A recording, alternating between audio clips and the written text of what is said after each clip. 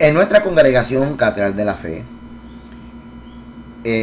no soy muy dado, de hecho, bastante difícil, en simplemente decirle a la gente o llamar a la gente por nombres de títulos.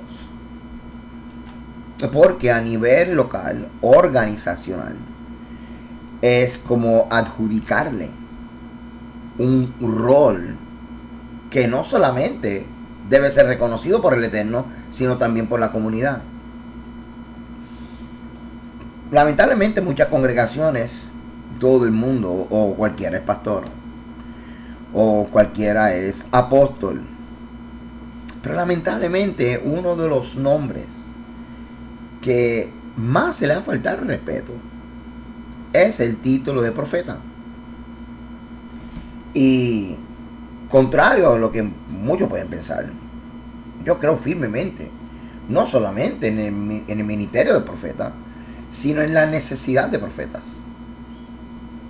Sin embargo, el profeta no es la persona que usando su carisma y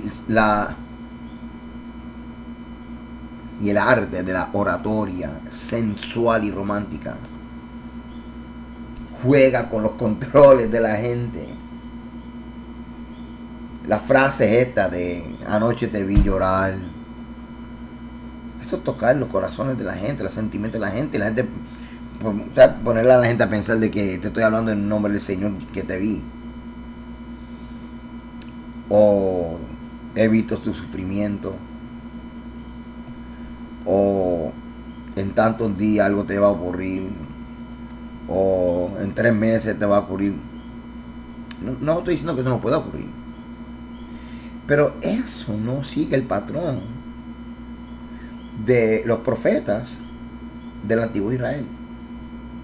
¿Y por qué es importante nosotros entender el patrón de los profetas del antiguo Israel? Porque el mismo apóstol Pablo entendió algo que mucha gente hoy día no entiende.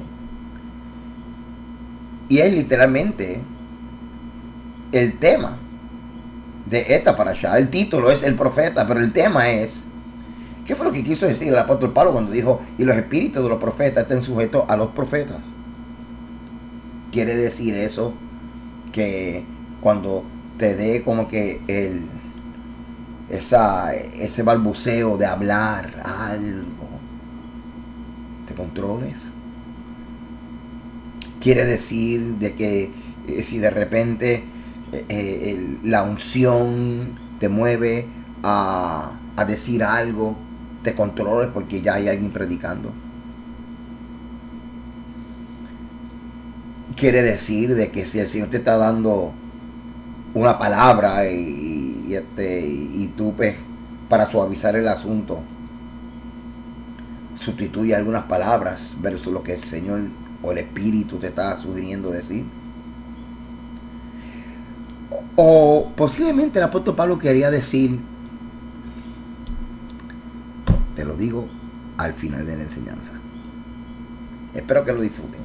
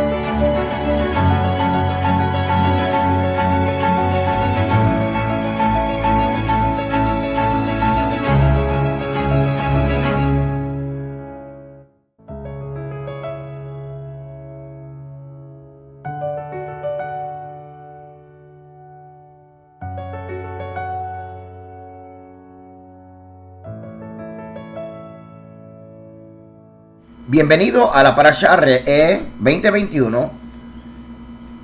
El título es El Profeta. El tema, ¿qué quiso decir Pablo cuando dijo: y los espíritus de los profetas estén sujetos a los profetas? Gracias por estar conmigo en esta ocasión. Y espero que tengas tu café preparado, todo menos una almohada y una cama. Pues muchos de ustedes escuchan esto bien en la noche, y escuchar esto en la cama es una tentación de quedarte dormido frente al video. ¿Verdad que ustedes nunca se han quedado dormidos frente a uno de mis videos?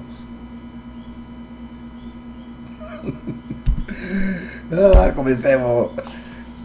La porción de la Torá, Deuteronomio 11, del 26, verso 26 al capítulo 16, verso 17. La porción de los profetas, Isaías 54, 11 al 55, 5. Y la porción de los evangelios, o Brit Hadashah, Nuevo Testamento, Juan 7, 37 al 52. Vamos a orar y vamos a darle gracias al Eterno. Lo hacemos siempre en español y luego en hebreo. Bendigan a Yahweh, el que es bendito.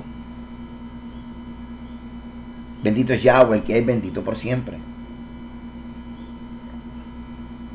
Bendito eres tú, Yahweh, nuestro Elohim, Rey del universo, que nos elegiste entre todos los pueblos y nos diste tu Torah.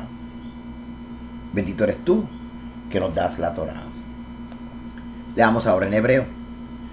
Baruch atah Adonai hamevorah, Baruch Adonai hamevorah l'olam ba'ed, Baruch atah Adonai Eloheinu melech haolam, asher bahar banu mikol ha'amin, benatan lanu et torato, Baruch atah Adonai noten ha'torah. Ok, aterrizamos en el famoso Deuteronomio capítulo 13.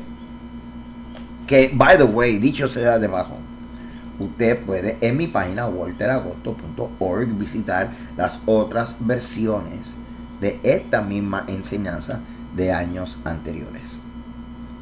Cuando se levantara en medio de ti profeta, soñador de sueños, y anunciare señal o prodigio. Y si se cumpliera la señal o prodigio que él te anunció diciendo: vamos en pos de dioses ajenos que no conociste y sirvámosle, no darás oído a la palabra de tal profeta. Vamos a parar aquí un momento. Él está diciendo, si ese profeta está haciendo señales y milagros y está adivinando nombres y seguros sociales y un montón de cosas que tú dices, es que Dios tiene que estar con él, Dios tiene que estar con él. Stop it, páralo ahí, mira lo que dice la Torá. Si después de hacer todas estas cosas, entonces, verso 13, viene el tipo y te dice: vamos a servir dioses ajenos. Ahí usted le dice: no way, yo en mi casa serviremos al Señor. No darás oído a las palabras de tal profeta, ni a tal soñador de sueño, porque Yahweh vuestro Elohim os está probando para saber si amáis a Yahweh vuestro Elohim, vuestro Dios, con todo vuestro corazón y con toda vuestra alma. Mira, se parece a la demanda y lo que espera el Eterno de nosotros, como en la parasha pasada del Shema. Así que ¿cuántas personas se han dejado llevar o han validado a un profeta por los señales y por los milagros y por los prodigios? No, ¿qué unción tiene ese tipo? Dios tiene que estar con él. ¿Por qué? Mira, mi seguro social lo adivinó. Adivinó el nombre de mi jefe con el cual tuve problemas ayer. Adivinó el lugar donde yo estaba la semana pasada al tal día, que nadie sabía que yo iba a estar ahí. Adivinó hasta mi seguro social. Pues no es profeta, son adivinos. En pos de Yahweh vuestro Dios andaréis, y a él temeréis. Guardaréis sus mandamientos y escucharéis su voz. A él serviréis y a él seguiréis.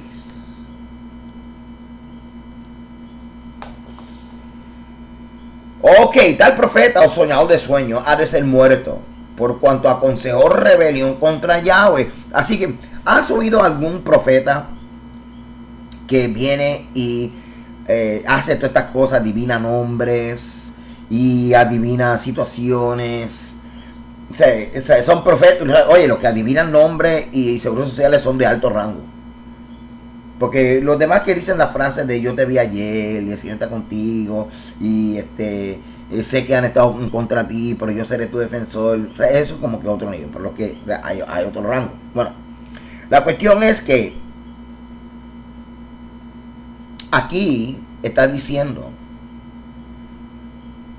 que si el profeta te dice vamos a servir a otros dioses, ahora quizás tú dirás, no, porque ellos, además de que adivinaron todas estas cosas, dicen, mira, vamos a servir a Yahweh, o vamos a servir a Jehová, o vamos a seguir a Cristo. Sí, pero si ellos te dicen, vamos a seguir, escuche esto bien, y si usted oyó la paracha pasada de Shema, me va a entender. Si él viene y te dice, ok, vamos a servir a Yahweh,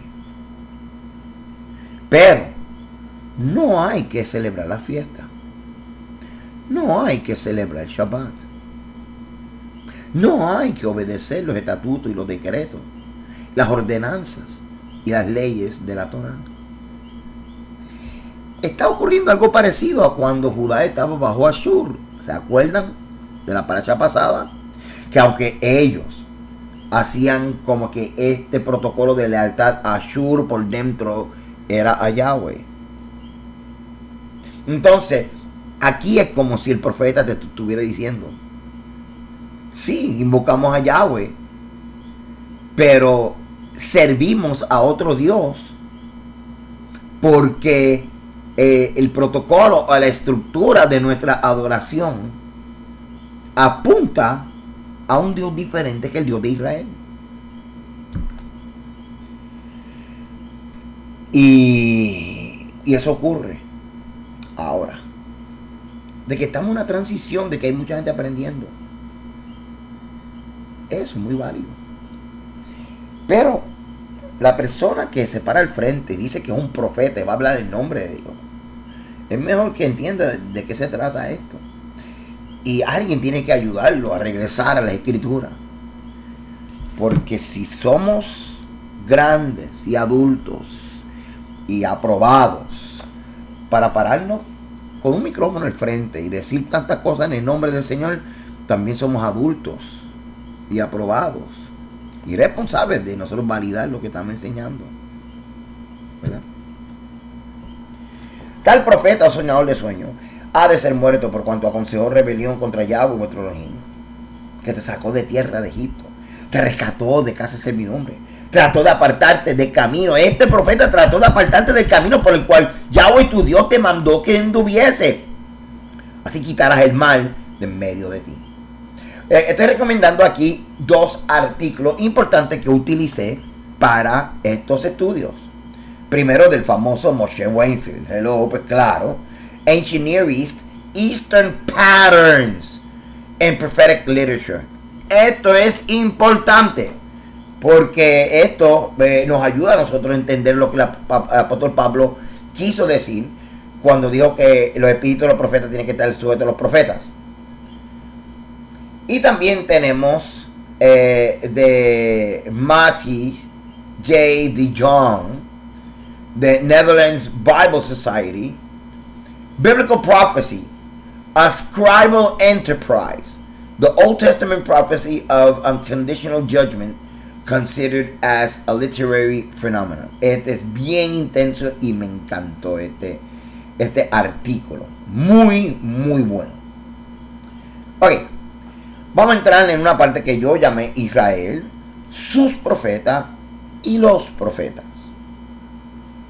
Los israelitas, ya consolidados como amos de la tierra de Israel, o sea que ya están en la tierra de Israel, ya cruzaron con el Jordán y ya se les repartieron la tierra, afrontaron la tentación de seguir otras divinidades diferentes del Dios único que les había guiado. Ahora, sabemos que cuando Israel entra en la tierra prometida ya habían pueblos ahí establecidos y muchos de ellos de una forma u otra tenían relación de soberano y vasallo, sea con Egipto, con Mesopotamia o con Ugarit o con los hititas. Así que o sea, ya habían altares, ya había cultos, ya entonces imagínate, tampoco eran cultos extraños para los hebreos.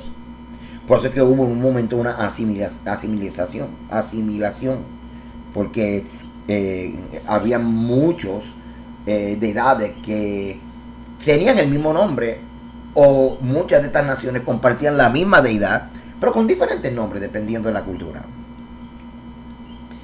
La tentación de representar la divinidad o convertirla en un objeto de superstición era frecuente.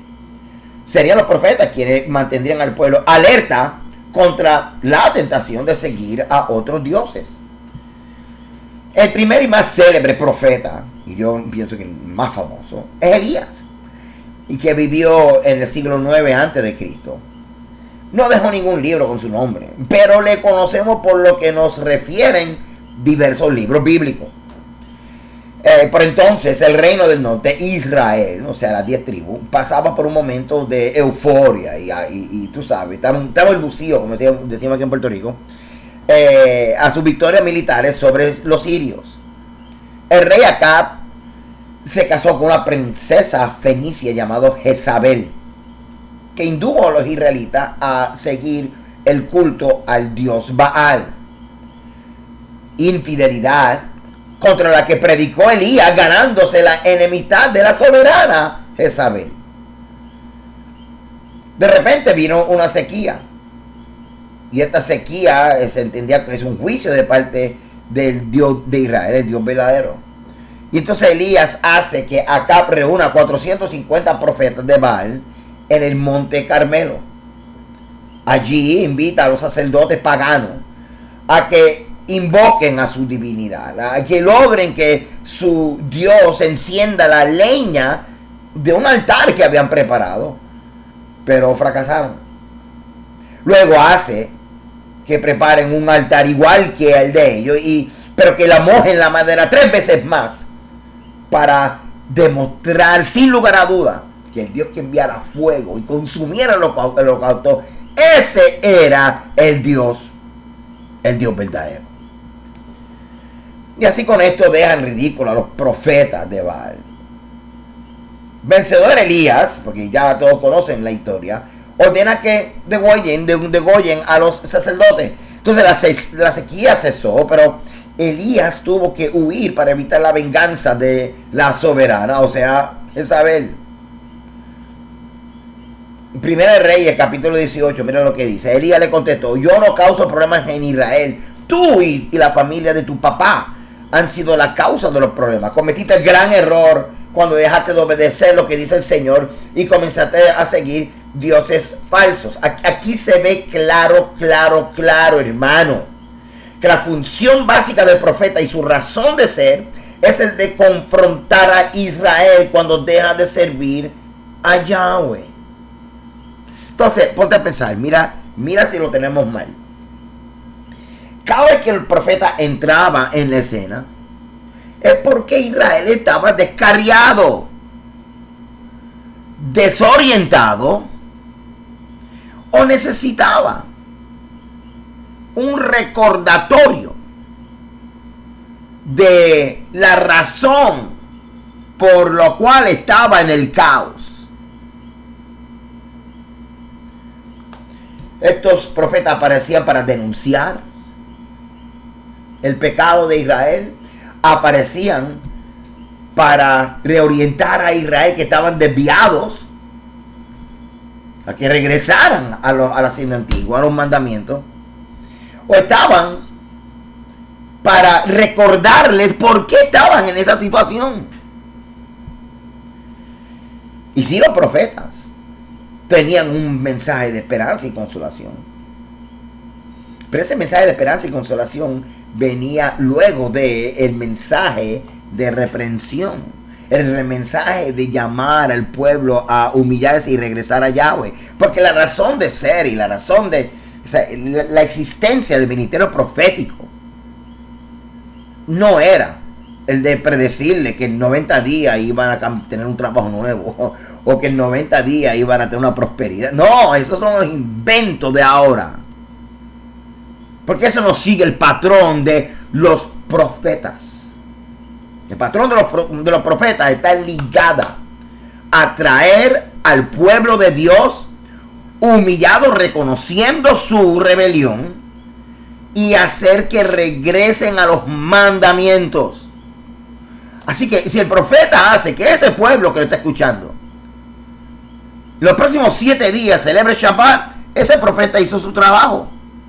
Pero si el profeta lo que hace es entretenerlo, diciéndole, el Señor está contigo, y ok, amén. Pero si el pueblo no está obedeciendo los mandamientos, la prioridad es escuchar el mensaje de regresar a la senda antigua. No hay otra. No hay otra. Esto es importante, porque esto es un patrón. Por eso es que cuando aparecían los profetas, los reyes y demás decían, wow, espérate, ¿qué pasó aquí?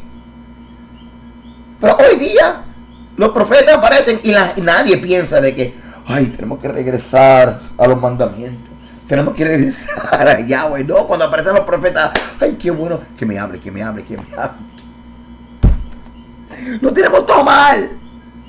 Y el culpable son los líderes de las congregaciones y los mismos profetas que no están haciendo una revisión de la misión de su llamado.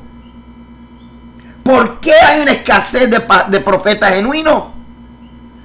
Porque los que son llamados a ser profetas están entretenidos, ganando una audiencia, para luego entretejerlos con ellos en una codependencia ministerial que no los lleva a ningún lado, solamente a su ministerio. Y no es tiempo de promover tu ministerio para tú tener tu audiencia, cuando tú y yo estamos trabajando en el nombre de un pastor que tiene sus ovejas perdidas, que es Yeshua. Sé que no van a haber muchos amenes. La función básica del profeta y su razón de ser es el de confrontar a Israel cuando deja de servir a Yahweh. Ahora dile palabras de Elías a todo Israel que se reúna conmigo en el monte Carmelo, y trae también a 450 profetas de Baal y 400 profetas de la diosa falsa Acera, que dependen de la reina Jezabel. Así que Acab citó a todos los israelitas, a los profetas, a un encuentro en el monte Carmelo. Elías se acercó a todo el pueblo y le dijo, ¿hasta cuándo seguirán dudando? Dice el Señor. Decidan si el Señor es el Dios verdadero, entonces síganlo a él. Pero si Baal es el Dios verdadero, entonces sigan a Baal. La gente no respondió ni una palabra. Así que Elías dijo, yo soy el único profeta del Señor que queda. Wow. Si usted tiene llamado a ser profeta, mi oración es que tú seas este Elías, que aunque te sientas solo, estás llevando el mensaje que se tiene que escuchar. Y aunque te sientas identificado con estas palabras, como quien dice, estos 800 profetas lo que hacen es entreteniendo a la gente, y yo soy el único que he quedado. ¿Será? ¿Tú te imaginas que la Biblia esté trayendo una proporción, una ecuación con una proporción relacional que nos está explicando de qué trata la escasez de profetas? O sea que de cada 851 profetas, uno es de Yahweh.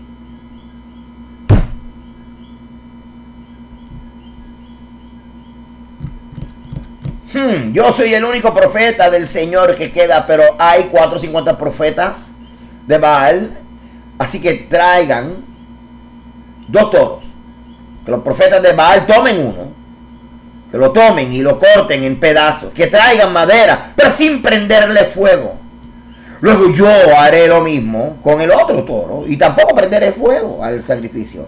Entonces ustedes, los profetas de Baal, le pedirán a su Dios y yo le pediré al Señor, y el que conteste con fuego, ese es el verdadero Dios. Así que el pueblo le pareció una buena idea. Entonces Elías le dijo a los profetas de Baal, y ya que ustedes son mayoría, elijan primero su toro, prepárenlo, pidan en nombre de sus dioses, pero acuérdense sin prenderle fuego. Así que los profetas tomaron el toro que la gente les dio y lo prepararon. Oraron a Baal hasta el mediodía. Le dieron gritos: Baal, por favor, contéstanos. Pero solo hubo silencio. No hubo respuesta mientras los profetas bailaban alrededor del altar que habían construido. Al mediodía Elías comenzó a reírse de ellos y les dijo: ¡grite más fuerte! Si él es Dios, tal vez esté ocupado. O quizá esté haciendo sus necesidades. O sea, a lo mejor está en el baño. O tal vez salió por un rato a dar una vuelta por ahí. A lo mejor está durmiendo. Pero si oran un poco más fuerte, lo despertarán. Dale, despiértenlo. Entonces, parece que ellos le cogieron el consejo a Elías, porque mira lo que dice en verso 28. Y comenzaron a gritar más fuerte. Y entonces a cortarse con cuchillos, espadas y lanzas hasta sacarse sangre, como era su costumbre. Y esa era una costumbre, el de lacerarse y el de autoafligirse dolor como un medio de sacrificio a los dioses. Se hizo tarde, pero el fuego todavía no aparecía. Los profetas continuaron profetizando hasta llegar el momento de hacer el sacrificio de la tarde, pero no pasó nada. No pasó absolutamente nada. Baal no hizo ni un ruido. No contestó nada. Nadie los escuchaba. Entonces Elías les dijo a todo el pueblo: ok, ahora me toca a mí, reúnanse conmigo. Así que todo el pueblo estuvo junto a Elías. El altar del Señor había sido destruido, así que Elías lo arregló. Elías encontró 12 piedras, una para cada una de las 12 tribus, nombrados por los 12 hijos de Jacob, a quien el Señor había llamado Israel. Ahora, aquí la pregunta del altar que tanta gente me hace, y cada vez que leen, porque esto es un pasaje muy popular, entonces, si no se podía hacer sacrificio en otro lugar sino en Jerusalén, ¿por qué Elías está restaurando un altar para hacer sacrificio fuera de Jerusalén, fuera del templo? Ok, si usted estudió conmigo cuando yo expliqué lo de las ciudades de refugio, especialmente los que están conmigo en la sección avanzada de mi página volteragote.org, que es donde entro en más profundidades, traje la historia de tanto de Ezequías, pero sobre todo las reformas de Josías, y lo que estamos viendo es que llegó un momento en la historia de Israel que afectó dos cosas importantes en Israel: la documentación de la Torá y la centralización del culto.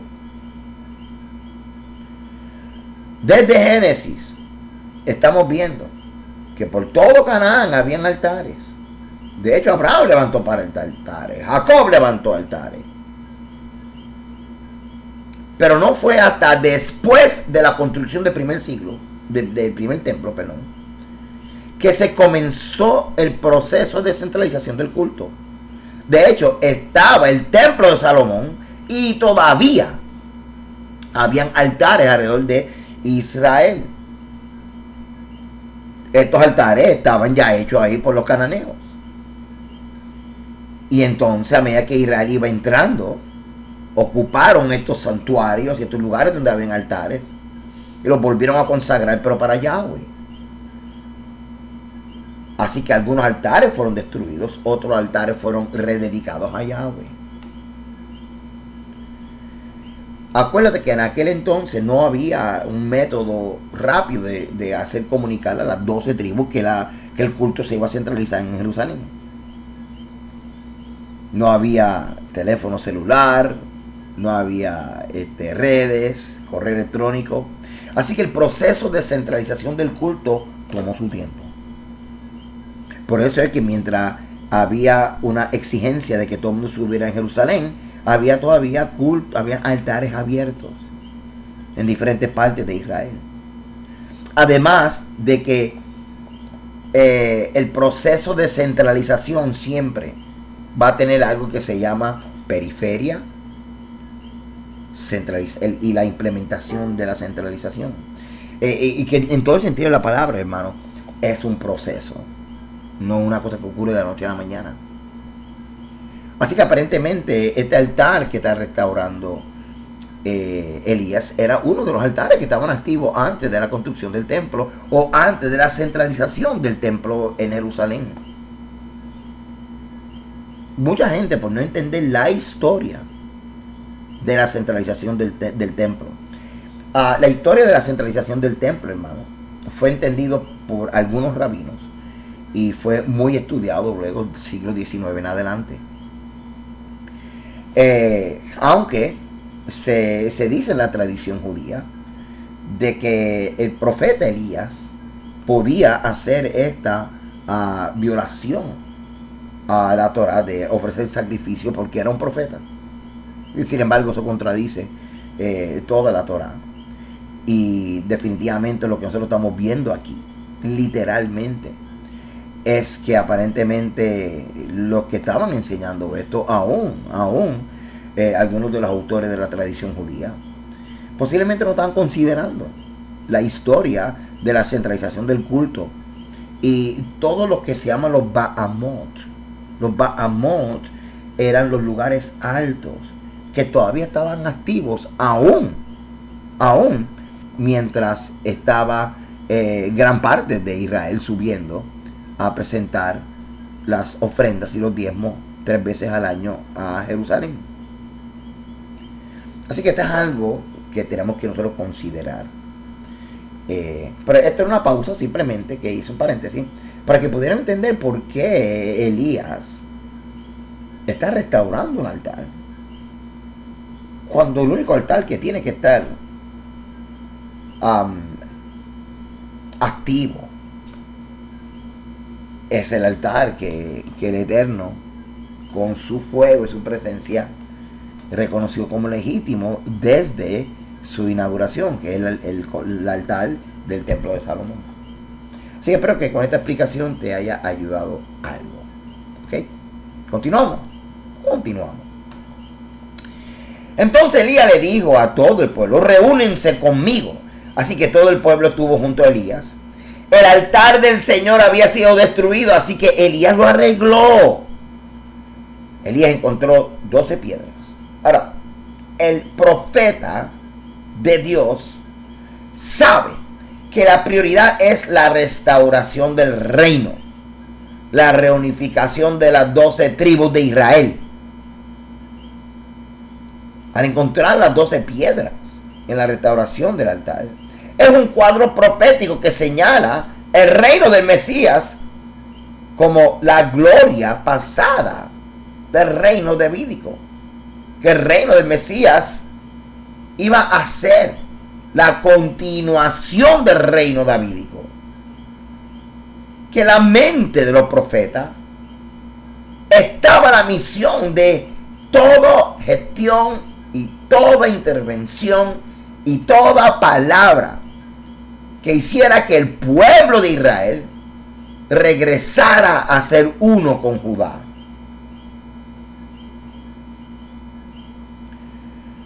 Elías usó la piedra para arreglar el altar en honor al Señor. Después hizo una zanja alrededor del altar que podía contener 15 litros de agua. Luego Elías acomodó la madera en el altar, cortó el toro en pedazos y los colocó sobre la madera. Entonces les dijo, llenen 4 jarrones de agua y derramen todo el agua sobre los pedazos de carne. Luego Elías dijo, hágalo de nuevo. Después dijo, hágalo por tercera vez. El agua corrió hasta llenar la zanja alrededor del altar. Al llegar el momento del sacrificio de la tarde. ¡Wow! Espera, stop it. ¿Qué dice aquí? Al llegar el momento del sacrificio de la tarde. ¿Qué es esto? El sacrificio de la tarde, hermano. Estamos hablando de el sacrificio diario. La Biblia habla en el libro de Éxodo y Número.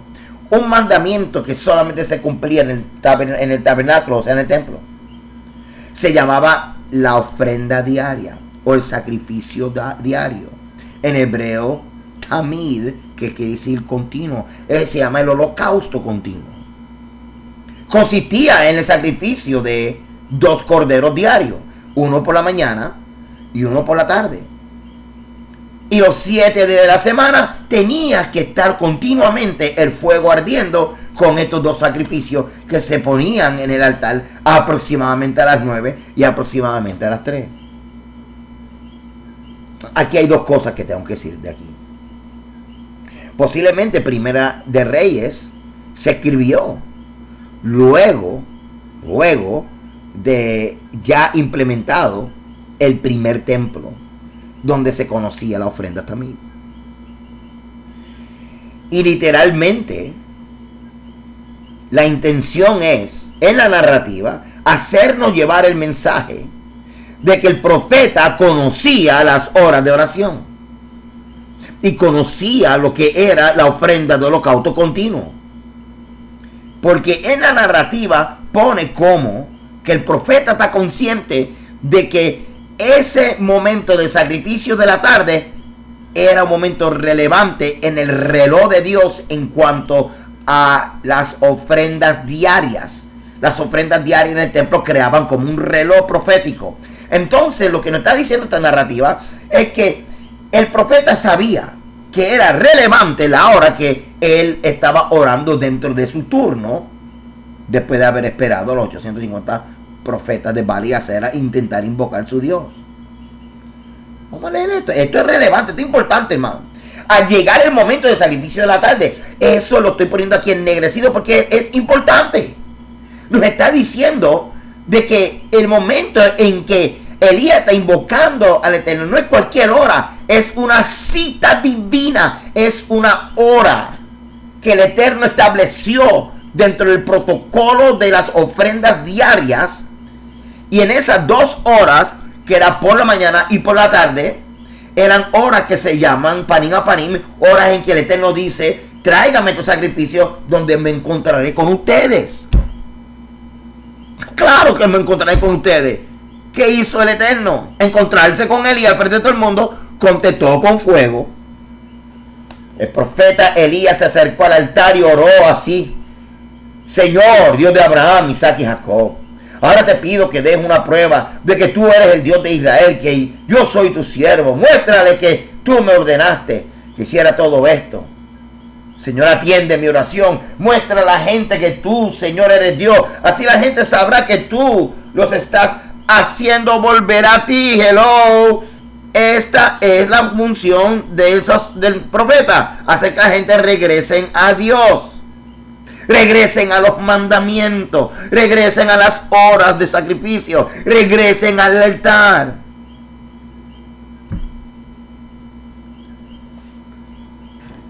¿De qué estoy hablando? Estoy hablando de esto. Miren aquí. Este es el reloj que se forma cuando se aplican los mandamientos que encontramos en el libro de Éxodo.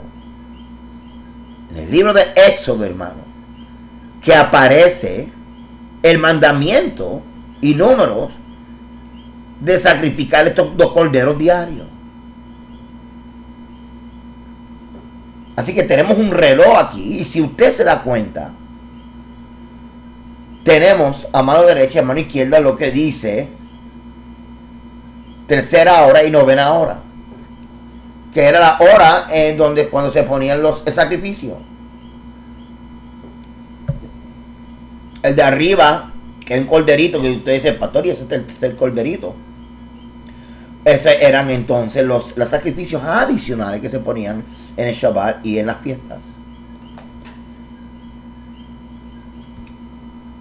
Lo importante que yo quiero que tú veas es que cuando dice al llegar el momento del sacrificio de la tarde, se está refiriendo, jóvenes, a la ofrenda que está a nuestra mano izquierda. Usted está mirando la pantalla, la ofrenda de la mano izquierda que dice third hour. Perdón, a mano derecha. Perdónenme. Third hour vendría siendo a las 9 de la mañana. Ninth hour, lo que está a mano derecha, sería a las 3 de la tarde. Así que sabemos que a qué hora fue que sacrificio, fue que Elías invocó al Eterno y el Eterno contestó con fuego. ¿A qué hora? Fue aproximadamente a las 3 de la tarde. ¿Por qué? Porque la narrativa aquí dice que al llegar el momento del sacrificio de la tarde, el sacrificio de la tarde es aproximadamente a las 3. De hecho, es la misma hora que Yeshua muere. La misma hora que Yeshua muere. Es la misma hora que Elías invoca al Señor. Un altar que está levantado. Un altar que estaba destruido. Un altar que necesitaba ser restaurado. Que cuando el profeta Elías dice, búscame 12 piedras. Estamos hablando de las 12 tribus de Israel. Estamos hablando de un altar destruido, un reino destruido, un altar destruido, un reino destruido. Lo están viendo, un altar que necesitaba ser restaurado, un reino que necesitaba ser restaurado. Lo están viendo, las 12 tribus estaban siendo representadas en el altar que se erigió, el altar que se volvió a arreglar, el altar que se levantó. El mensaje del profeta está claro, que solamente con el poder de Dios y con la palabra de los profetas es que Israel puede volver a ser restaurado. Y la intervención de Mashiach, porque a la hora de la muerte de Yeshua, a las 3 de la tarde, es la hora que ocurrió la confirmación pública, aleluya, de que el Dios verdadero, Elohim, el Dios verdadero es Yahweh, porque a esa hora es que él contestó con fuego. Así que este profeta sabía el templo, este profeta conocía las horas de oración, el profeta conoce el reloj. Esto es fundamental. Entonces yo pregunto, ¿cuántos profetas conocen el templo? ¿Cuántos profetas estudian el templo? Pregunto, ¿cuántos profetas estudian el templo? ¿Cuántos profetas saben lo que significa las 9 de la mañana? ¿Cuántos profetas saben lo que significa las 3 de la tarde? ¿Cuántos profetas saben lo que significa la ofrenda tamil? ¿Cuántos profetas saben lo que significa el mensaje del reino? El mensaje del reino son las 12 piedras restauradas como altar. Ese es el mensaje del reino, la restauración de las 12 tribus.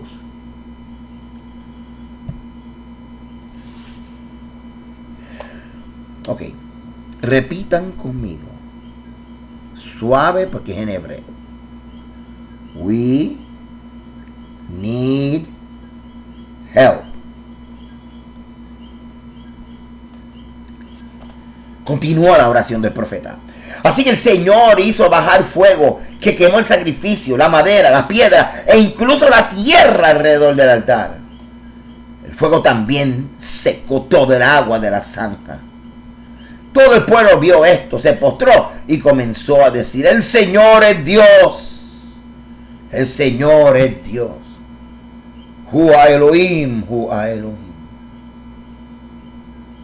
El profeta de Dios tiene doble relación con la Torá.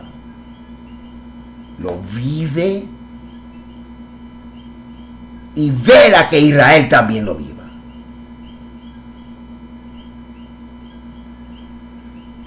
Si el profeta que estás escuchando no celebró Shabbat esta semana y proclama que es el domingo, el día del Señor, él no enseña la restauración del reino. Él no está levantando 12 piedras. Él no está levantando un altar. Así que no lo escuches.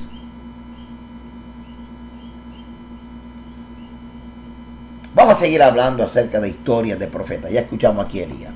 La historia de Acab y el profeta Micaías en Primera de Reyes 22.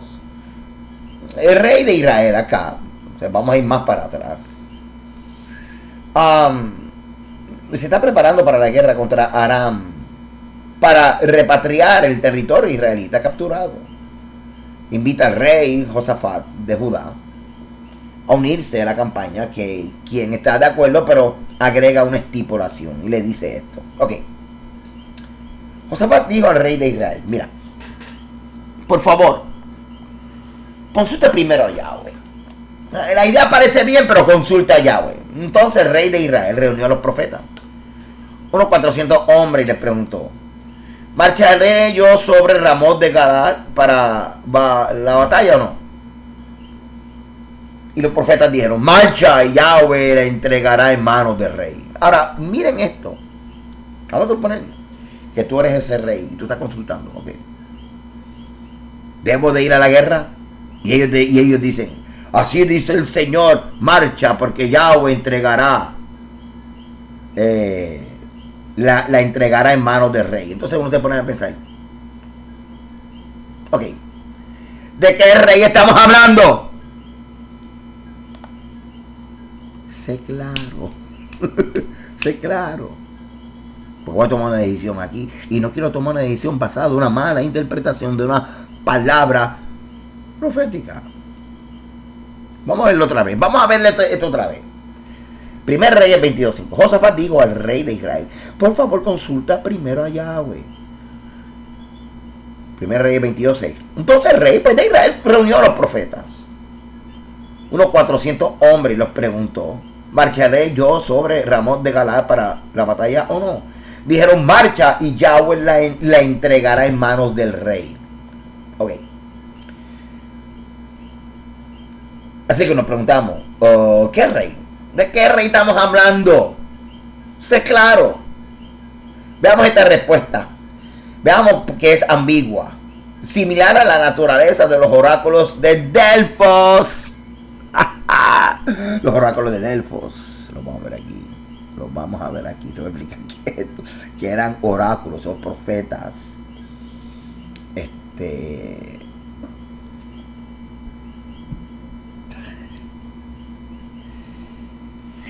Ay, Señor. Es como si hubiera un protocolo de profecías. El Señor conoce tu corazón. El Señor estará contigo. Espera pronto. Ya mismo. De aquí a 3 días. Días hebreos, días romanos. O sea, a veces hay mensajes que, como están en el proceso de adivinación, no puede ser tan directo. Entonces la persona se queda así, como que no entendía el mensaje. Tan ambiguo como los oráculos de Delfos, y lo voy a explicar ahora. Voy a explicarte ahora.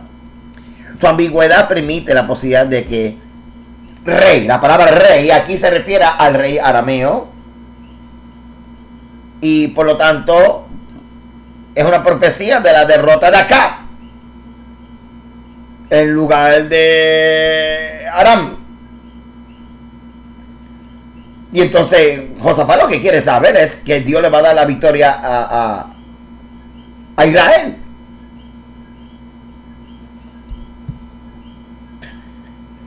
Miren esto, hermano. Primer Rey 22:5. Estamos viendo que el rey de Israel le está pidiendo al rey de Judá, que es Josafat, que se una. Entonces Josafat, por esta profecía, está viendo la posibilidad de que sea el rey de Israel el que sea derrotado por Aram.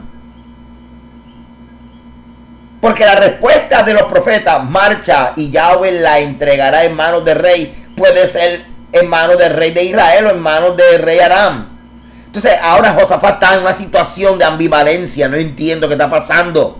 Hay confusión. Cuando es Dios no hay confusión, pero cuando es una manipulación media rara hay confusión. No entiendo.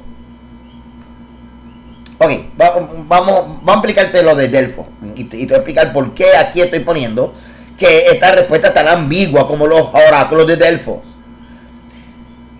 El fenómeno profético de Delfos. El antiguo santuario, sede del famoso oráculo de Delfos. Y mira Delfos, mira dónde está en el mapa. Tú sabes que a mí me gustan los mapas. Aquí en Grecia, míralo. Está en un ciclo rojo. Construido al honor al dios Apolo. Lugar mágico no solo por su importancia en la historia de Grecia y en consecuencia en el resto de la humanidad, sino por el entorno en el que se encuentra, entre las montañas al pie del también mítico Monte Parnaso, donde las leyendas cuentan que vivían las musas griegas. Así que el oráculo de Delfos era un templo griego dedicado al dios Apolo, al que la gente acudía para conocer el futuro. La encargada de aventurar y profetizar el futuro era la Pitia o la Pitonisa. El oráculo de Delfos era también famoso por lo oscuro y ambiguo que podían ser sus predicciones.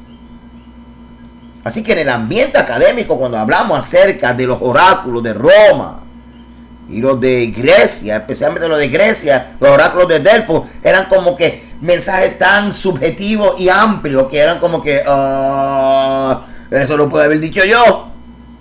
Pero la gente siempre iban buscando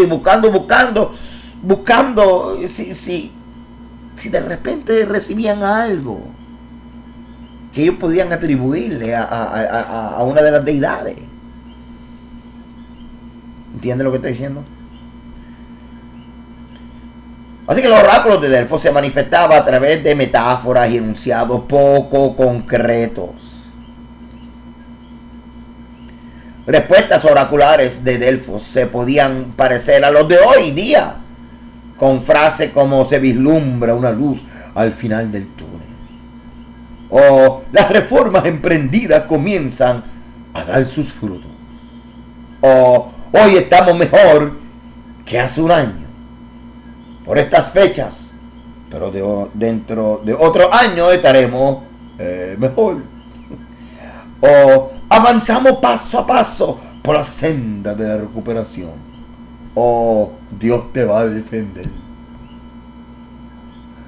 O Él ha visto tus lágrimas. O muchos no te comprenden. O se han cerrado puertas, pero Dios pronto abrirá una. O este es tu tiempo, etcétera, etcétera, etcétera. ¿Has escuchado algún oráculo de Delfos?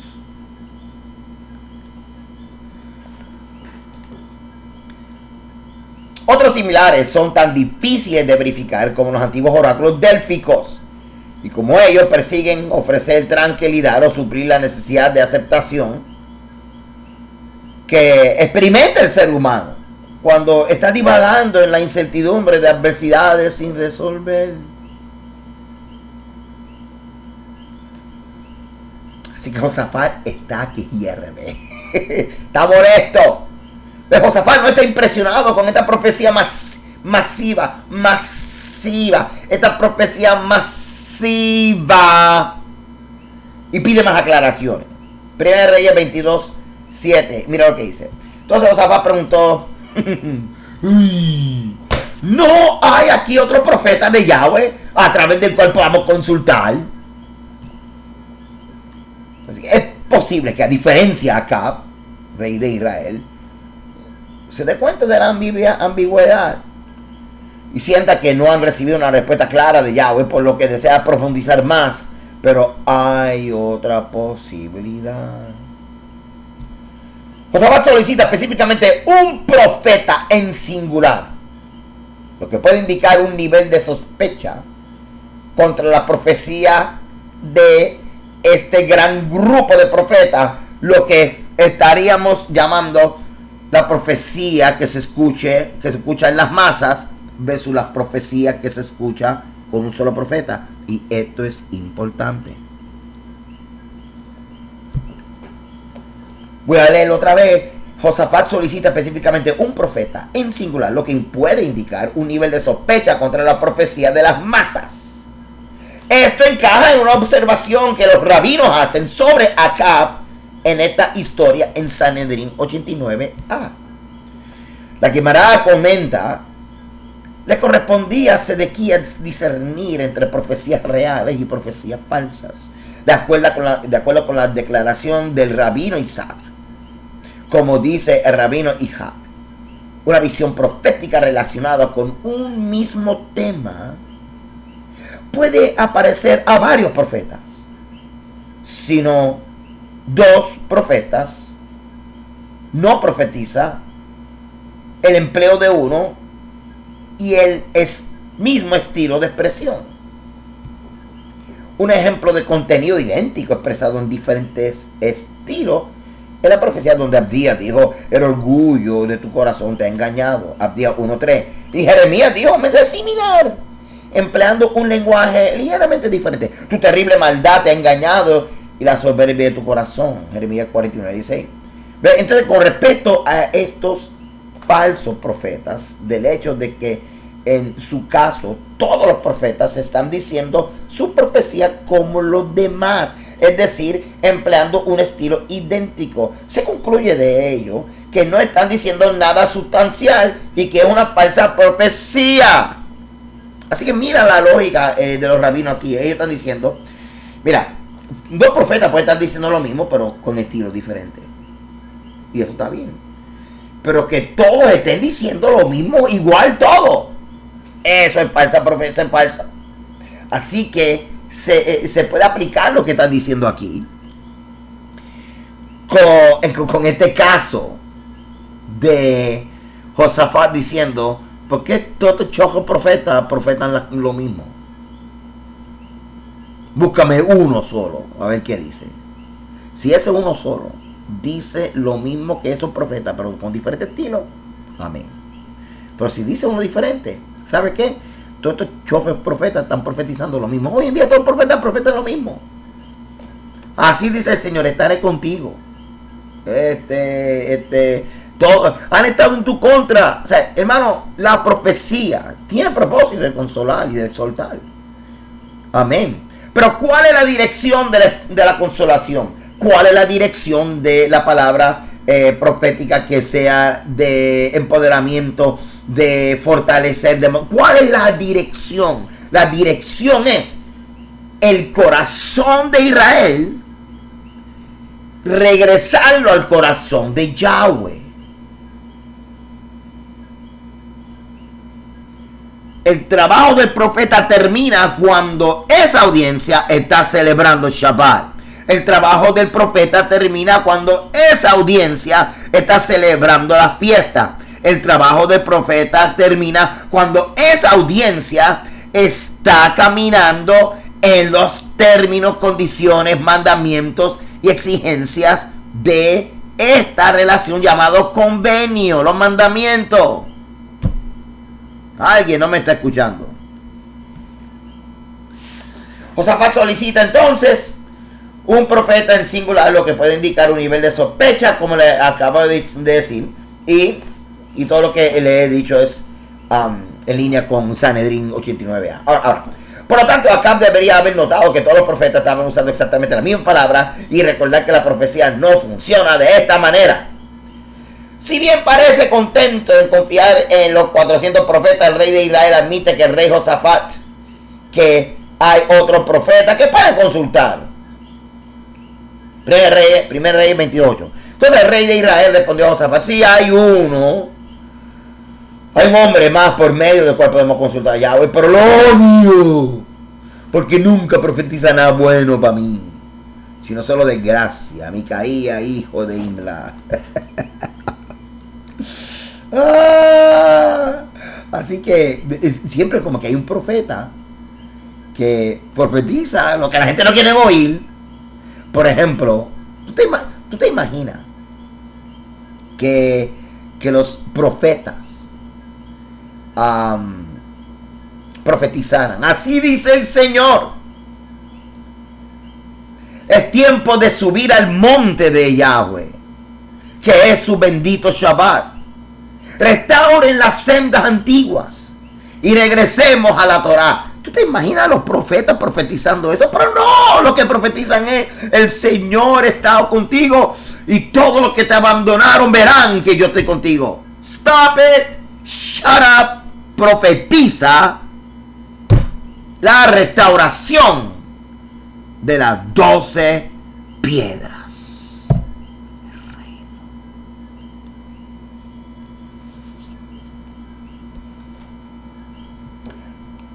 Acab deja en claro que desconfía de Micaías, ya que Micaías siempre profetiza cosas malas para Acab. Aunque Acab lo menciona si estas profecías negativas se cumplen o no. De acuerdo con su respeto a los profetas, Josafat se siente ofendido por este comentario. Y dice: pero el rey Josafat dijo: no digas eso, majestad. Al ver que el rey Josafat insiste, pues Acab envía a buscar a Micaías entonces, que es llevado ante los dos reyes, Acab y Josafat. Entonces el rey de Israel llamó a un oficial y dijo: tráeme de inmediato a whatever, Micaías, hijo de Imla. Y el rey de Israel y el rey de Josafat de Judá estaban sentados en su trono, vestidos con su ropa, en la era de la entrada de la puerta de Samaria, y todos los profetas profetizaban delante de ellos. Jóvenes, tenemos aquí un doble contraste. Dos reyes, uno inicuo, otro justo, sentado en su trono frente a dos grupos de profetas. El grupo masivo, donde está la falsa profecía, y el profeta solo. Jóvenes, esto no es lo que acabamos de ver, donde estamos viendo a Elías siendo el único profeta. ¿Ven? O sea, de cada 450 hay uno. De cada 850 hay uno.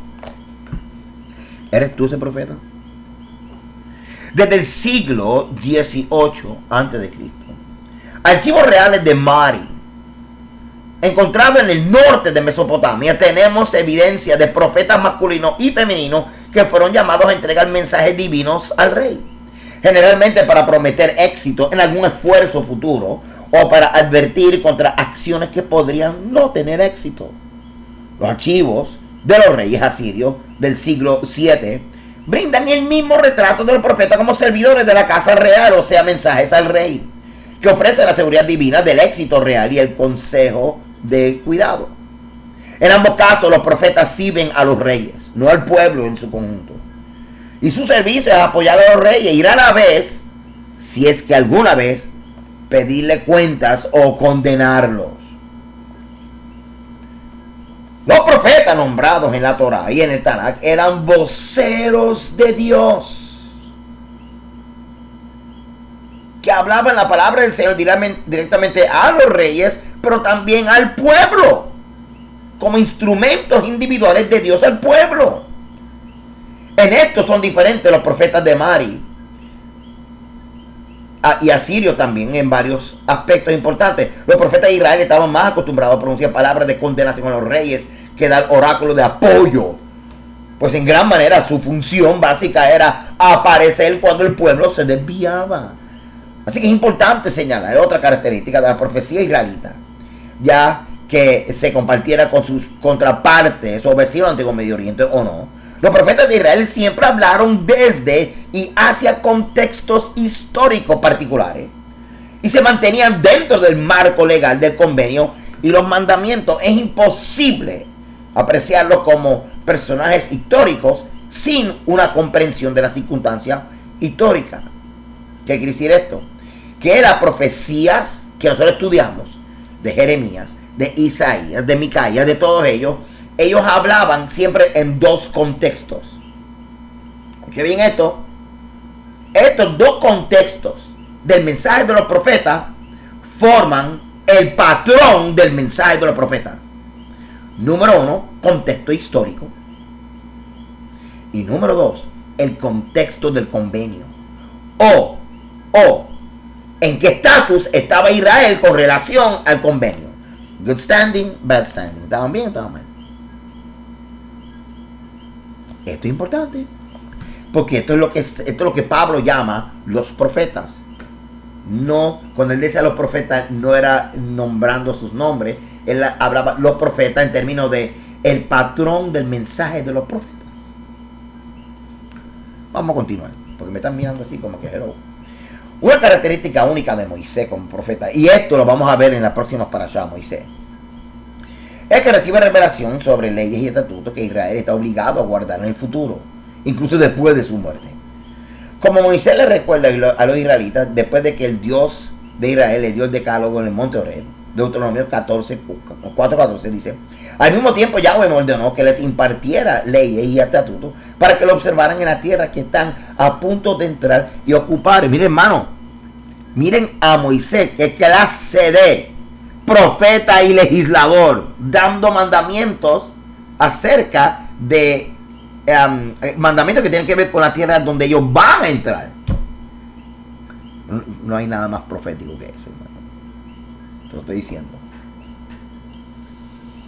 Además, estos estatutos deben guardarse continuamente, puse estatua, durante la estadía de Israel en la tierra, y no pueden cambiarse ni ajustarse. Y aquí entonces Moisés le está diciendo que no puede quitar ni añadir a lo que el Eterno les está dando, a lo que el Eterno les está diciendo. Y esto pues no es importante, es bien importante. Ok.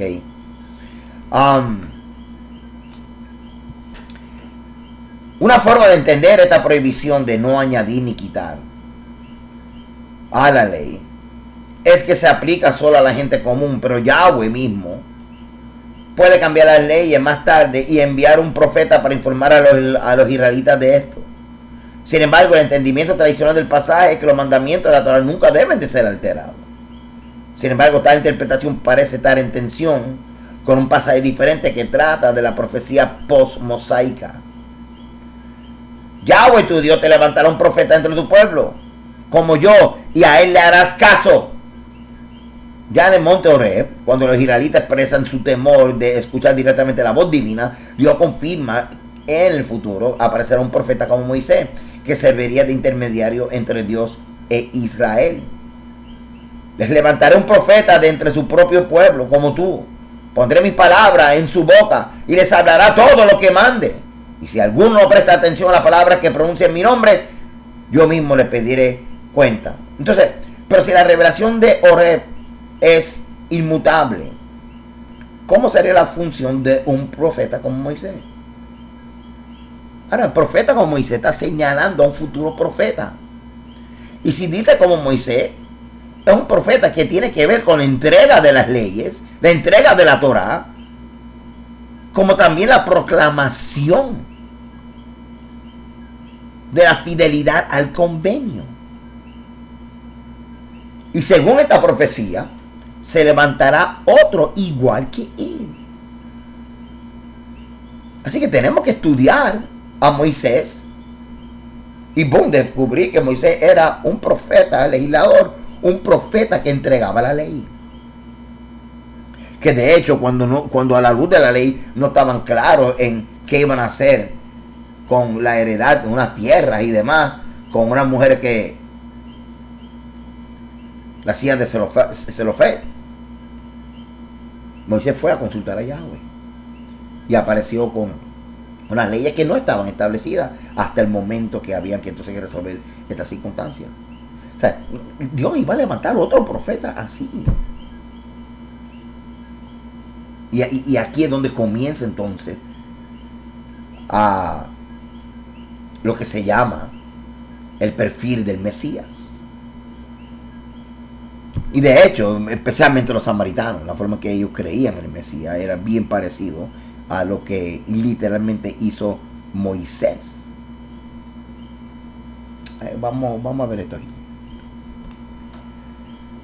Deuteronomio 34:10. Estamos hablando de marco profético del futuro, después de Moisés. Moisés es único en la Biblia en su nivel de profecía. Deuteronomio 34:10. Nunca más se levantó en Israel un profeta como Moisés. Aunque se iba a levantar uno como Moisés, por aquí está diciendo que nunca se levantó uno como él. O sea que hasta el momento, aquí Yahweh destacó y cara a cara. Sin embargo, comunicar las leyes de Dios no es la única actividad profética de Moisés, como lo vimos. Como otros profetas, recibe mensajes relevantes solo para su tiempo y lugar específico. Cómo encontrar agua en el desierto, advertir a los israelitas que han enojado a Yahweh, etc.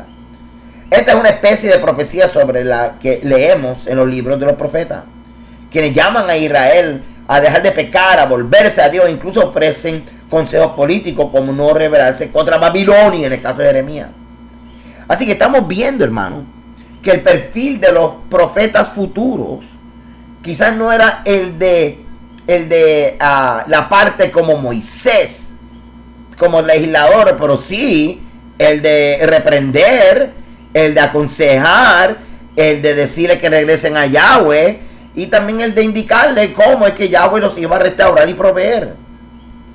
El contexto de Deuteronomio 18 sugiere que está hablando de la función de futuros profetas: reprender a Israel, predecir eventos futuros, etc. Inmediatamente después, Moisés dice a los israelitas: aquellas naciones que están a punto de despojar recurren ciertamente a los adivinos y augurios. A ti, sin embargo, Yahweh tu Dios no te ha asignado nada parecido. ¡Wow! ¿Qué le está diciendo? No estés deseando tener adivinos y agorreros como las demás naciones, porque Yahweh te está dando la bendita Torá.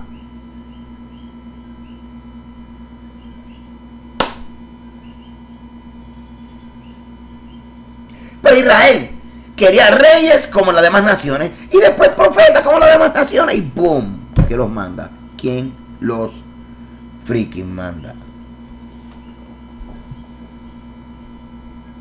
En otras palabras, el profeta como Moisés reemplaza a los agorreros, quienes típicamente hablan a la gente sobre el futuro y dan consejos sobre problemas contemporáneos. El profeta puede decirle a los israelitas si Dios está enojado o feliz con ellos, y si Dios les permitiría tener éxito en la batalla y otras iniciativas. Esto se confirma más adelante en el pasaje, en la discusión de cómo Israel sabría si hay un profeta, si es legítimo o no. Deuteronomio 18:21. Y deberán preguntarse: ¿cómo podemos saber que el oráculo no fue dicho por Yahweh? Si el profeta habla en nombre de Yahweh y el oráculo no se cumple, ese oráculo no fue dicho por Yahweh. El profeta lo ha dicho con arrogancia. No le temáis. Así que el enfoque aquí está en el cumplimiento de oráculos, predicciones y no nuevas leyes. Así que cuando habla acerca de que se va a levantar uno como Moisés, Moisés trajo leyes y predijo el futuro, porque él habló acerca de que Israel lo iba a abandonar, en el cierre de Deuteronomio, iba a abandonar al Eterno. Pero entonces, si estudiamos bien, como lo estudiamos bien, Israel iba a tener otros profetas que iban a hablar acerca del futuro, iban a traer a Israel de regreso, pero no iban a estar el nivel de Moisés de legislar, de traer la Torá. Sin embargo, en la tradición rabínica se dice que el Mesías iba a traer una nueva Torá. Entonces, así que estamos viendo que tanto Moisés como Yeshua son la sombra de uno al otro. Pero esto lo vamos a dejar para la parashá Shoftim. It's going to be good. Va a estar interesante. Va a estar interesante. Ok. Aquí estamos hablando un artículo bien importante que se los recomiendo, hermano. Oh, sí, se los recomiendo, un artículo sumamente interesante. Y este artículo se llama Modes of Prophecy or Modern Arguments in Support of the Ancient Approach. Este es bien importante, yo lo utilicé muchísimo para lo que vamos a ver ahora. Ok. Perspectiva contemporánea de Grecia, Platón y el Timeo. Pastor, ¿qué es esto? Ok, el Timeo era un diálogo escrito por Platón para el año 360 a.C. Es considerado por muchos como el más influyente en toda la filosofía y ciencias posteriores, y su contenido profundiza esencialmente en tres problemas: cosmogónico, o sea, el origen del universo; físico, o sea, la estructura de la materia; y el antropológico, sobre la naturaleza humana. Cualquier discusión sobre los modos de profecía en Grecia o los estilos de profecía en Grecia debe comenzar con una serie de citas bien conocidas de trabajos de Platón y de Cicerón. En este caso vamos a estar trabajando con Platón. En el Timeo, la distinción entre adivino y profeta se trabaja, se maneja, ok, es el parte del tema. Cito del Timeo: ningún hombre logra la adivinación verdadera e inspirada cuando está en su mente racional, sino solo cuando el poder de su inteligencia está encadenado en el sueño, o cuando está angustiado por una enfermedad o por alguna inspiración divina. En otras palabras, está hablando acerca de que cuando en inglés se llama altered states, estados alterados, que dice que el hombre profetiza cuando algo de afuera lo influencia. Vamos a seguir aquí. Pero le pertenece al hombre, cuando está ya en su sano juicio, recordar y reflexionar tanto sobre las cosas que se dicen en el sueño como en la visión de la vigilia. Así que está hablando de que de repente, si el hombre entra en algún éxtasis o por causa de alguna fuerza externa que cautiva y su mente y le deposita un mensaje, una impresión, se supone que cuando todo ese fenómeno de influencia exterior pase, él pueda recordarse. El Timeo está tramando este asunto. Pero no es tarea del que ha estado en un estado de frenesí y continúa en él para juzgar las apariciones y voces que él mismo ve o pronuncia, porque bien se decía antaño que hacerlo y conocerse a sí mismo, ya a sí mismo, pertenece solo al que está sano de la mente. Por lo que también es costumbre poner a la tribu de profetas para juzgar estas adivinaciones inspiradas. Así que lo que está diciendo aquí es que el Timeo está diciendo que siempre había alguien que juzgaba las palabras que el oráculo decía. Aparentemente también en el antiguo Israel, cuando habían profetas, también había gente que juzgaban. Posiblemente eran los mismos consejeros del rey o algunos ancianos, etcétera, no sé, algo así. Así Platón y Cicerón percibieron dos tipos de adivinación: una basada en la observación de signos y la otra resultante de inspiración divina, que solo podía obtenerse en un estado diferente de la conciencia normal de vigilia, es decir, mientras estaba en la garra de alguna deidad, en un ataque de frenesí o en un sueño. Los oráculos de Grecia y las síbilas de Roma eran mujeres elegidas por los dioses, a través de las cuales se pronunciaban consejos divinos a través de ellas. Eran populares en los grandes imperios y los peregrinos se dirigían desde lugares lejanos solo para hacerles una pregunta y recibir la respuesta de un dios. Aunque muchos relatos muestran que sus profecías eran ciertas, esto está un poco sesgado. No eran infalibles. Y muchos textos se negaban a mencionar los errores que cometían los oráculos y las síbilas. No eran perfectas y daban información falsa en ocasiones, pero seguían siendo parte central de las religiones griegas y romanas.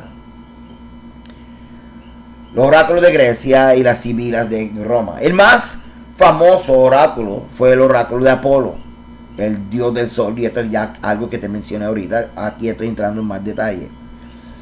Ella fue nombrada Pitia Los viajeros le hacían preguntas, muchos de ellos bastante personales, como las relacionadas con el amor y el matrimonio. Y ella entraba en una especie de trance y soltaba rimas y acertijos para que el viajero reflexionara. ¿Ve? Entonces siempre correspondía a otra persona como que interpretar. O algún jefe de alguna tribu, o algún jefe, un anciano, o algo así. Estos acertijos fueron supuestamente las palabras del propio Apolo. También recibiría profecías de los sueños. Así que la ciencia ha revelado que la posibilidad de que Pitia, este oráculo, entrara en trance se debía a la inhalación de grandes cantidades de dióxido de carbono, lo que produciría alucinaciones. La liberación de grandes cantidades de dióxido de carbono se debió a las fallas volcánicas que corrían debajo del templo de Delfos.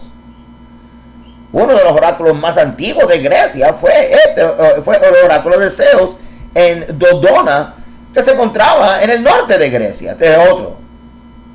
Las sacerdotisas llamadas Pleiades traducirían el oráculo enviado por Zeus. Así que tenemos el oráculo de Apolo y el oráculo de Zeus. Escucharon los sonidos de las macetas que colgaban de los árboles, los sonidos del viento y otros sonidos de la naturaleza. Luego traducirían estos ruidos en una profecía de Zeus. Creían que la voz de Zeus se podía escuchar a través del viento. Acuérdate que siempre se relacionaba el viento con el espíritu. De hecho, en la Odisea, en el siglo XIV, 327 al 328, en el oráculo de Dodona, la voz de Zeus se dejaba oír con el ruido que hacía el follaje de una encina agitada por el viento. De acuerdo con el murmullo de las hojas se pronunciaban los oráculos a los fieles, aunque no era el único procedimiento divinatorio que allí se empleaba. Habiendo dicho esto, vamos a ver la palabra de Pablo. 1 Corintios 14, 32 al 33. Y los espíritus de los profetas estén sujetos a los profetas, pues Dios no es Dios de confusión, sino de paz. Selah. Quizá algunos en Corintios no entendieron cómo funcionaban los dones espirituales, como el hablar en lenguas o la profecía. Es posible que hayan pensado que aquellos con estos dones fueron dominados por el Espíritu Santo y perdieron el control de sí mismos, hablando en un idioma desconocido, en un frenesí, o hablando de una revelación de Dios en una especie de trance. ¿Por qué le estoy diciendo esto, hermano? Porque esto era lo que ocurría literalmente en Grecia y en Roma. Y toda esta gente estaba bajo la influencia de Grecia y Roma. Parte del culto de los ídolos en ciudades griegas como Corinto implicaba un comportamiento similar. Los adoradores aparentemente eran poseídos por los dioses a quienes servían, despotricaban y se movían frenéticamente. Pablo ha dejado claro que no es así como funcionan los dones espirituales en la iglesia cristiana o en la iglesia donde habían o estaban profesando a Cristo, al Mesías, a Yeshua, lo que podríamos decir las congregaciones mesiánicas o congregaciones nazarenas, como tú lo quieras ver, ¿ok? Ha instruido Pablo a los que hablan en lenguas que no lo hagan si no son elegidos para contribuir al servicio o si nadie está disponible para interpretar lo que dicen. Ahora, esta es una situación bien, y este no es el tema, pero lo tengo que mencionar. Cuando hablamos acerca de lengua, estamos hablando de idiomas que la gente puede entender, y que así como ocurrió en el día de Pentecostés, gente que no sabían algún idioma, lo hablaban por el Rúa, porque había que testificar a gente de diferentes naciones que Yeshua era el Mesías. Ahora, en este contexto de Corintios, hay dos interpretaciones encontradas. Una es que Pablo lo que está hablando es que eran congregaciones también de judíos y gentiles, y que había gente que hablaba en diferentes lenguas, aunque el griego era una lengua común. Pero también lo que yo estoy trayendo es la posibilidad de que sí entraran en algún frenesí o algún ataque de este agitamiento, porque era típico conocer que estas manifestaciones o expresiones ocurrían cuando alguien iba a funcionar como un oráculo de Dios a traer alguna palabra. Puede ser. Y Y de hecho, estos comentarios que estoy trayendo aquí es de fuentes de artículos como yo he presentado aquí, que son cristianas. O sea, yo no estoy trayendo aquí comentarios de eruditos o maestros de raíces hebreas. Gracias por su entusiasmo. Así que Pablo ha ordenado a los que tienen el don de profecía que dejen de hablar si alguien más recibe una revelación de Dios. Ahora Pablo lo pone en un lenguaje sencillo. Le dice, mire mi hermano, jóvenes, los espíritus de los profetas están sujetos a los profetas. Con esto quiere decir que el Espíritu Santo no se apodera del espíritu de una persona hasta el punto en que esa persona pierde el control. Ahora, claro, porque ellos tenían una referencia. La referencia era los oráculos de Delfos, que hablaban a nombre de Apolo, y los de Dona, que hablaban a nombre de Zeus. Y Pablo dice, está quieto, stop it, porque el espíritu de los profetas está sujeto al profeta mismo. Esa es una interpretación. La otra interpretación pudiera ser lo que les voy a presentar ahora. Espero que esto le esté ayudando. Ok, pues tengo por justo, este ya en 2 de Pedro, en tanto que estoy en el cuerpo, el despertar con amonestación, sabiendo que en breve debo abandonar el cuerpo, como nuestro Señor Jesucristo me ha declarado. También yo procuraré con diligencia que después de mi partida vosotros podáis en todo momento tener memoria de estas cosas, porque no nos hemos dado a conocer el poder y la venida de nuestro Señor Jesucristo siguiendo fábulas artificiosas, sino como habiendo visto con nuestros propios ojos su majestad. Pues cuando él recibió de Dios Padre honra y gloria, le fue enviada desde la magnífica gloria una voz que decía, este es mi Hijo amado en el cual tengo complacencia. Y nosotros oímos esta voz enviada del cielo cuando estábamos con él en el Monte Santo. Tenemos también la palabra profética más segura, a la cual hacéis bien en estar seguros, atentos, como una antorcha que alumbra en lugar oscuro, hasta que el día esclarezca y el lucero de la mañana salga en vuestros corazones. Entendiendo primero esto, que ninguna profecía de la Escritura es de interpretación privada, porque nunca la profecía fue traída por la voluntad humana, sino que los santos hombres de Dios hablaron siendo inspirados por el Espíritu Santo. Así que lo que estamos viendo aquí, hermano, es que cuando Moisés aparece, tenemos un profeta que está legislando o entregando leyes de parte de Dios. Luego, entre Moisés y Yeshua, tenemos profetas que están en otro nivel más bajo, que no tienen nada que ver con añadir ni quitar a la ley, sino que lo que están es simplemente trayendo palabra acerca del futuro de Israel, los juicios de Dios, para la palabra de consolación, de restauración del reino, etc. Cuando llegan entonces a Yeshua, que entonces Yeshua, el mismo nivel de Moisés, los mismos rabinos creían que el Mesías, en nuestro caso, nuestra fe es Yeshua de Nazaret, venía a entregar otra Torah, o venía a restaurar la Torah, el entendimiento de la Torah, y más haciendo milagros así como Moisés hizo. ¿Están viendo? Ok. Entonces, los profetas no legislaban, pero hablaban de la ley. Reprendían al pueblo para que regresaran a la ley. Además de que hablaban del futuro de Israel y de los juicios del Eterno.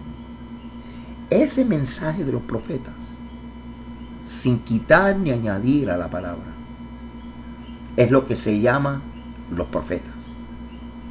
Es el mensaje que se supone que está en los labios de los profetas hoy en día. Así como de Moisés hasta Yeshua, de Yeshua hasta el regreso de Yeshua, tenemos que seguir oyendo el mensaje de los profetas. el mismo mensaje de los profetas, porque es el mismo Israel que está esperando el Mesías. Algunos esperando el Mesías, otros como nosotros esperando que el Mesías regrese. ¿Y cuál es el mensaje? El mismo, el mensaje de los profetas. La restauración de las 12 piedras, la restauración del altar, la restauración del templo, la restauración del reino. Que el pueblo regrese a obedecer los mandamientos. Así que el espíritu de los profetas hoy, tiene que estar sujeto al mensaje del reino, al mensaje de los profetas, al mensaje de los testigos que encontramos en el Tanaj. Si ese no es el mensaje, no es ningún profeta de Israel. Así que, ¿qué significa el espíritu de los profetas está sujeto a los profetas? Que ese profeta, su mensaje, está sujeto al mensaje de los profetas de Israel, entre Moisés hasta Yeshua. Si están predicando otra cosa, si están enseñando otra cosa, si están viviendo otra cosa, son agorreros. Dale delete, no lo escuché. Vamos a amarrar esto. Conclusiones. Que pasen al frente los profetas de Israel, en especial los que están entre las naciones. Profetas cuya referencia y credencial es su vida de obediencia pública a la Torá del rey de Israel. En otras palabras, ¿cuál es el credencial de ese profeta? ¿Que hizo un milagro? No, credencial de ese profeta es que esta semana guardó Shabbat. Así que antes de que un profeta venga y diga, tengo una palabra profética, dile, ok, antes de que tú me des una palabra profética, tengo una pregunta. Pero tengo una palabra profética, sí, pero yo tengo una pregunta. ¿Cuál es? Señor profeta, ¿celebró Shabbat?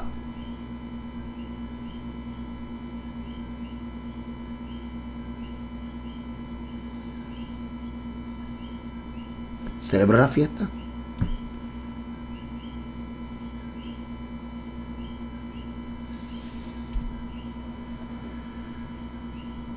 ¿Estás preparándote para Rosh Hashanah y Yom Kippur? Me imagino que ya no estás jugando a fiesta de... En Puerto Rico decimos petardo y pirotecnia en despedida de año, en Navidad. Porque tú tienes una palabra profética, pero yo tengo una pregunta. Y si tú no me puedes contestar que celebraste Shabbat, yo no quiero oír tu palabra profética. Porque yo acabo de hacer un llamado. Y el llamado es que pasen al frente los profetas de Israel, en especial los que están entre las naciones. Profetas cuya referencia y credencial es su vida de obediencia pública a la Torá del rey de Israel. Profetas que oren las oraciones de nuestros padres, los profetas de los cuales son su eco. O sea que los profetas de hoy son eco del mensaje de los profetas que estaban entre Moisés y Yeshua. Profetas que llamen a la casa de Israel al arrepentimiento, a volver a la senda antigua, y no a gorreros que profetizan a la gente lo que quieren oír. Profetas que no caigan en la tentación de la manipulación para controlar la audiencia, sino como voceros de la ley y la verdad, para que la audiencia sea libre y regresen a los pies del Mesías. Amado, se me acabó el tiempo. Espero que hayan disfrutado, que hayan aprendido. Esta parasha es importante. Y estúdialo, repásalo. Porque esta parasha nos va a preparar para Shoftim. Hermanos, si esta enseñanza es de bendición para usted, considera, además de orar por nosotros, suscribirse a mi página walteragosto.org y recomendarlo a otros, y así me ayudan a mí a seguir hacia adelante con la labor que el Eterno ha puesto en mis manos, además de pastor de Catedral de la Fe, también ser un brazo pastoral y de maestro extendido también a las naciones. Si no te has suscrito a mi página aquí de YouTube, dale ahí, suscríbete y comparte también esta bendición y esta oportunidad a otros. Créeme que así me estarías ayudando a mí a continuar mi labor. Muchas gracias, porque dentro de tantas opciones que hay de maestros de la Torá, el considerarme es un honor y una gran responsabilidad que no tomen poco. El Señor te bendiga, el Señor te guarde. Shalom.